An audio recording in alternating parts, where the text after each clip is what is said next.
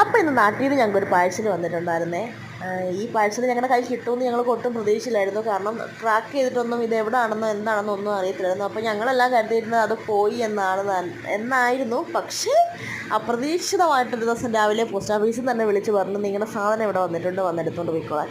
അപ്പോഴാണ് നമുക്ക് എല്ലാവർക്കും സമാധാനം. അപ്പം മെയിനായിട്ടും കൊച്ചിനുള്ള നവധാന്യം പൊടിച്ചതായിരുന്നു. അപ്പോൾ അതിൻ്റെ കൂട്ടത്തിൽ പിന്നെ നമുക്ക് ആവശ്യമുള്ള കുറച്ച് സാധനങ്ങളും കൂടെ അയച്ചിട്ടുണ്ടായിരുന്നു. അപ്പം നാട്ടിലിപ്പം ചക്ക സീസൺ ആയതുകൊണ്ട് തന്നെ നമുക്കിപ്പോൾ ചക്കയൊന്നും കിട്ടാനൊരു വഴിയും ഇല്ലാത്തത് കൊണ്ട് കുറച്ച് ചക്ക എടുത്ത് ചക്കവറ്റിലാക്കി അമ്മ അയച്ചിട്ടുണ്ടായിരുന്നു. പിന്നെ കുറേ സ്നാക്സ്, ചിപ്സ് ഉണ്ടായിരുന്നു, പക്കാവട ഉണ്ടായിരുന്നു. പിന്നെ ഞങ്ങളുടെ വീട്ടിൽ ആദ്യമായിട്ട് മുരിങ്ങയ്ക്ക പിടിച്ചിട്ടുണ്ടായിരുന്നു. അപ്പോൾ അതിൽ കുറച്ച് മുരിങ്ങയ്ക്ക ചീത്തയായി പോവും എന്നൊക്കെ വിചാരിച്ചാണ് അയച്ചത്. പക്ഷേ കുഴപ്പമൊന്നുമില്ലായിരുന്നു. കുറച്ച് ചതഞ്ഞ് പോയിട്ടുണ്ടായിരുന്നു, അത്രേ ഉണ്ടായിരുന്നുള്ളൂ. പിന്നെ പനങ്കൽക്കണ്ടുണ്ട്. പിന്നെ ചക്കവറ്റിൻ്റെ പൊതിയെടുത്ത് ഞാൻ തുറന്നെങ്കിപ്പോൾ അതിൽ വളരെ കുറച്ചേ ഉള്ളൂ. അപ്പോൾ ഞാനത് ചോദിക്കുകയാണ്, നിങ്ങളെന്താ ഇച്ചിരി കുറച്ച് മാത്രം അയച്ചത്, ഇത് ഞങ്ങൾക്ക് തികയുമോ എന്നൊക്കെ. പിന്നെ അതിൻ്റെ കൂടെ തന്നെ പനങ്കൽക്കണ്ടുണ്ടായിരുന്നു, പുട്ടുപൊടി ഉണ്ടായിരുന്നു, പിന്നെ കുറച്ച് മാഗി ക്യൂബ്സ് ഉണ്ടായിരുന്നു, പിന്നെ ഒരു പൊതി ഉണ്ടായിരുന്നു. അത് ഞാൻ തുറന്നു നോക്കിയപ്പോൾ ചക്കക്കുരു.